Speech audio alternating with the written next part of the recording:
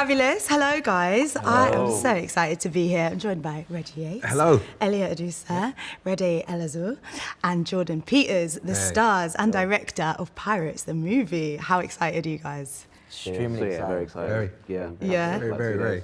Has it been a mad week so far? Yeah. Crazy. Crazy. But in all the good ways. Yeah. It was mad. It was mad. I appreciate the fact that you guys are only like giving short answers. Yeah.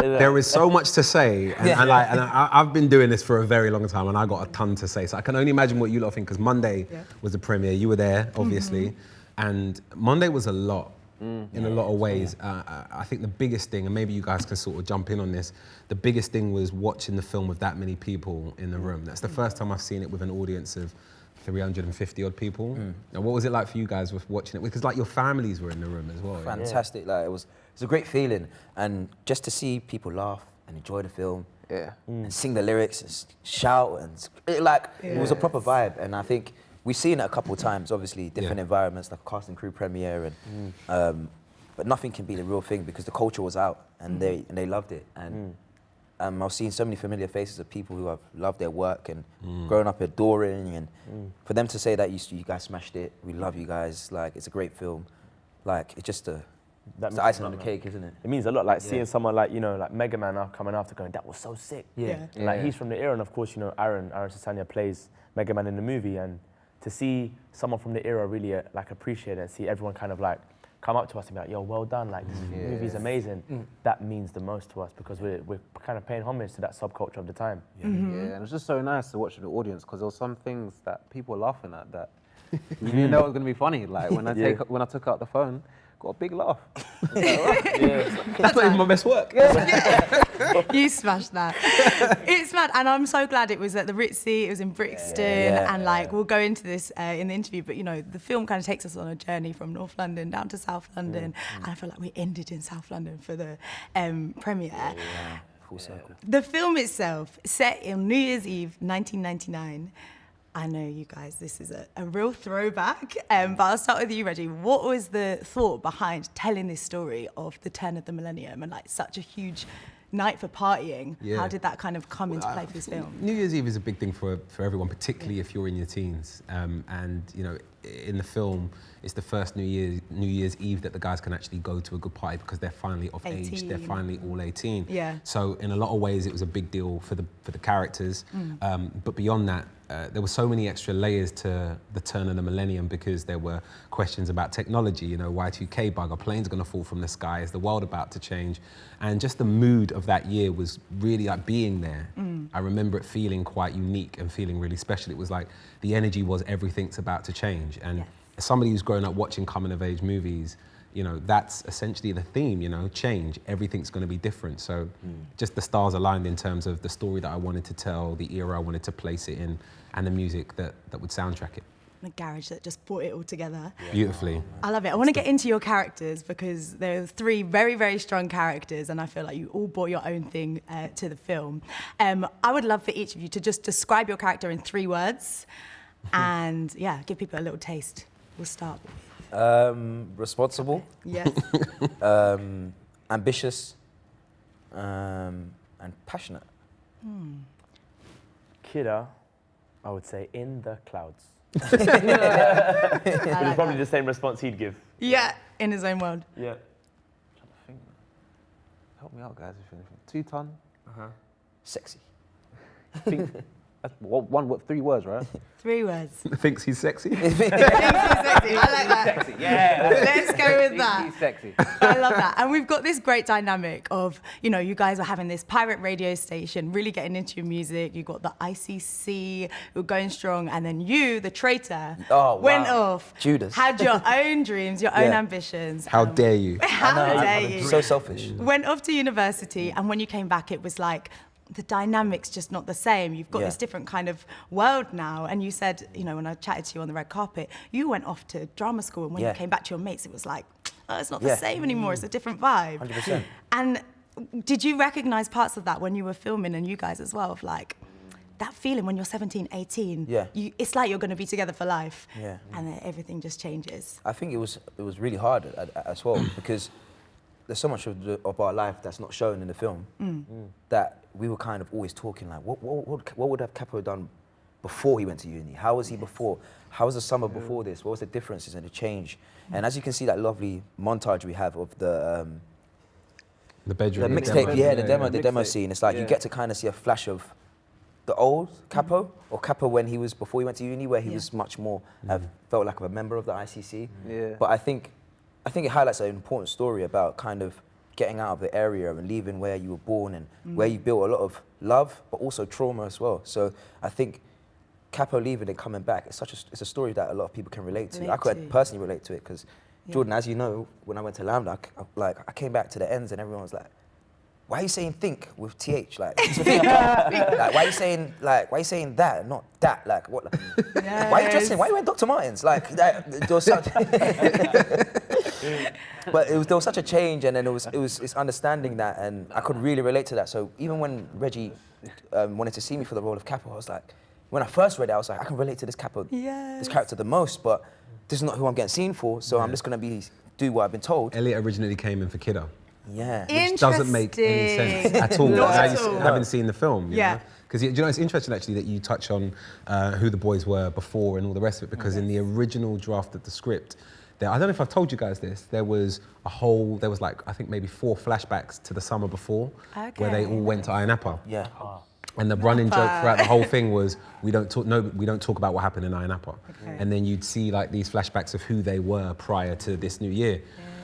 But we couldn't afford it. So being like, it's gotta be sometimes. Being a low budget film, we couldn't afford to fly out to Cyprus to go and shoot. Listen, there was obviously COVID kind of happened as well in the midst of filming. It really put a spanner in the works for things. And maybe we need a prequel or a sequel, and we can see the stories of the boys. I don't think this is the last time. Let's just write the thing, man. Yeah, I'll be here. Don't worry, guys. But I don't want it to be the last time you guys come together, because it's like such a fun little like bond that we saw in the film. But I wanted to ask as well, back to you, Reggie, of Pirate Radio. You know, a lot of people will know you from Radio 1, from Kids TV, from your own documentaries.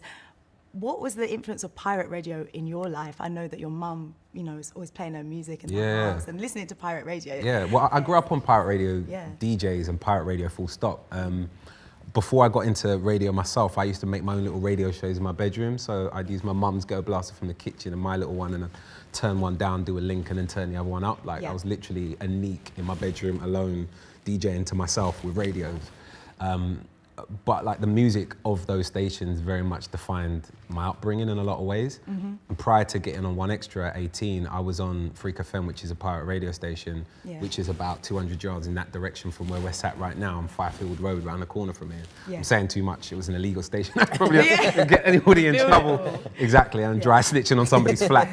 But yeah, literally in the estate just over there, we used to make pirate radio. So I was a pirate radio MC prior to getting on 1Extra and becoming a legal radio DJ.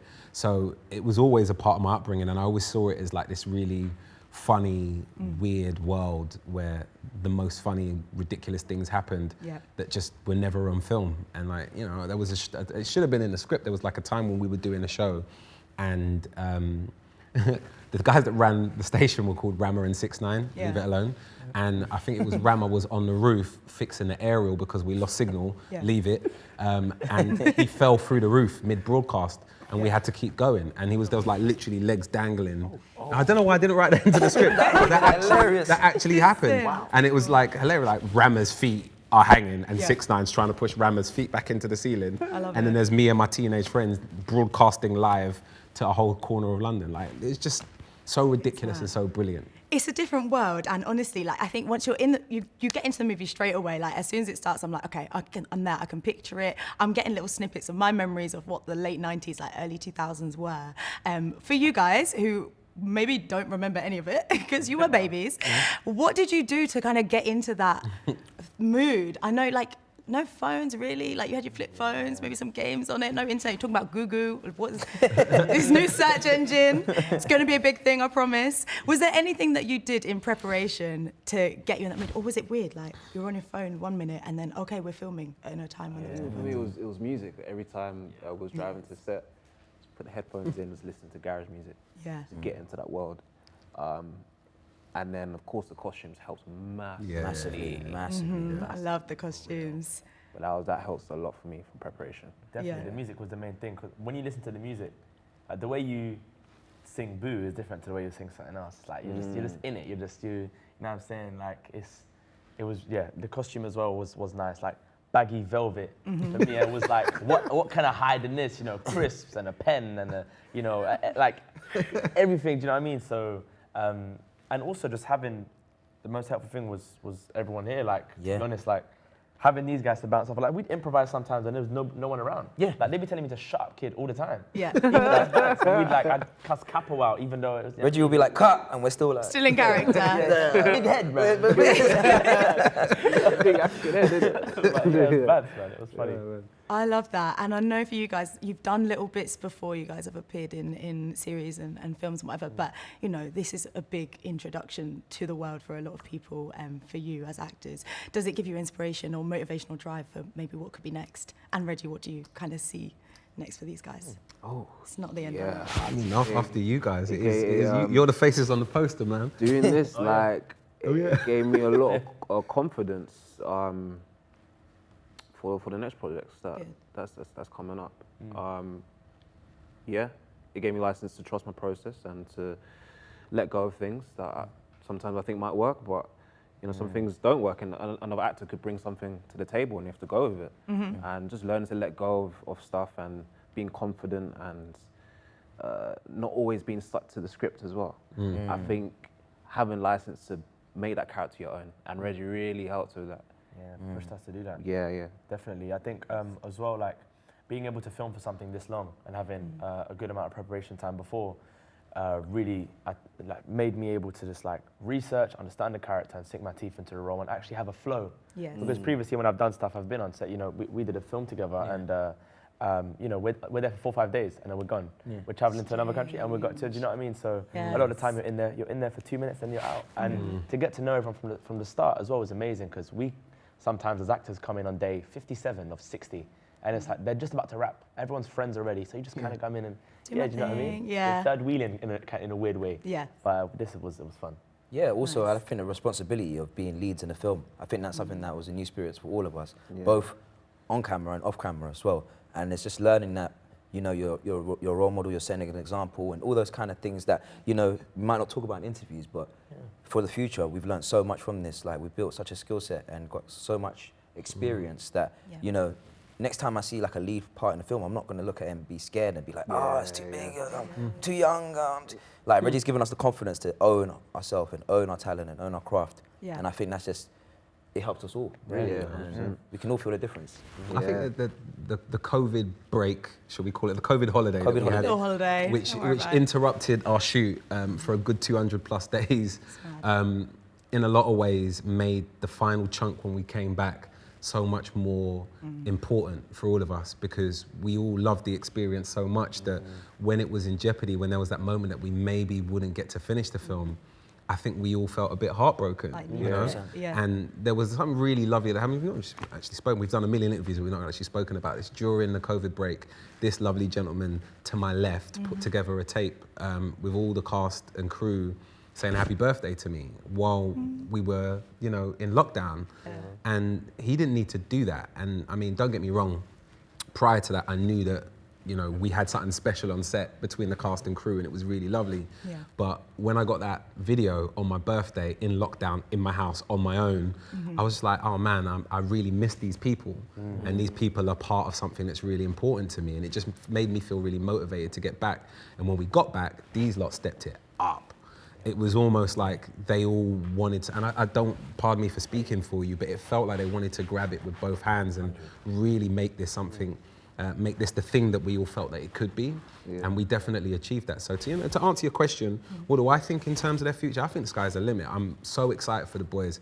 As somebody who used to be an actor, I never really felt that I could go all the way or felt confident enough that I could do the things that I saw maybe some other people do. I don't feel or see that in these young men. I think that they not only have the talent, but they also have the ambition to go to another place. And Pirates proves it. They can lead, and they can definitely front projects way bigger than this one. So I'm excited for them. You guys have got like the best Big Brother mentor in the game. Like seriously.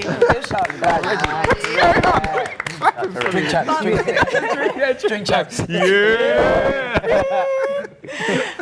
Yeah, congratulations on the film, guys. I love it. I know people at the premiere were absolutely buzzing, and I can't wait for the rest of the world to see it and enjoy it, and just enjoy this special little story that you guys got going on. Drip check's finished. Thank